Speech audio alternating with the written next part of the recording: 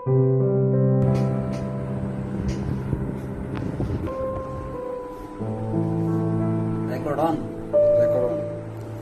তোমাকে আমি বলবো, এটা এক ধরনের দিক নির্দেশনামূলক বক্তব্য, যে তোমার পড়াশোনার বর্তমান যে মান, সেই মান অনুযায়ী তোমার যে প্রত্যাশিত যে ফলাফল তুমি চাও, সেটার সাথে পড়াশোনা হচ্ছে না, বা এই পড়াশোনা মান তোমাকে সেই প্রত্যাশিত জায়গায় পৌঁছে দিবে না।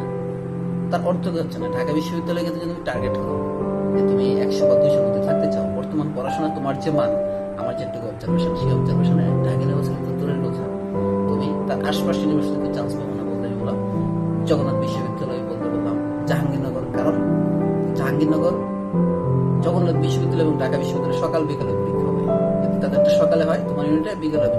জগন্নাথ বিশ্ববিদ্যালয় মানে একই স্টুডেন্ট দুটো ফর্ম তুলছে, এর মানে তোমাকে বুঝতে হবে যে এখানে হাই কম্পিটিশন হবে, সবাই পরীক্ষা দিবে।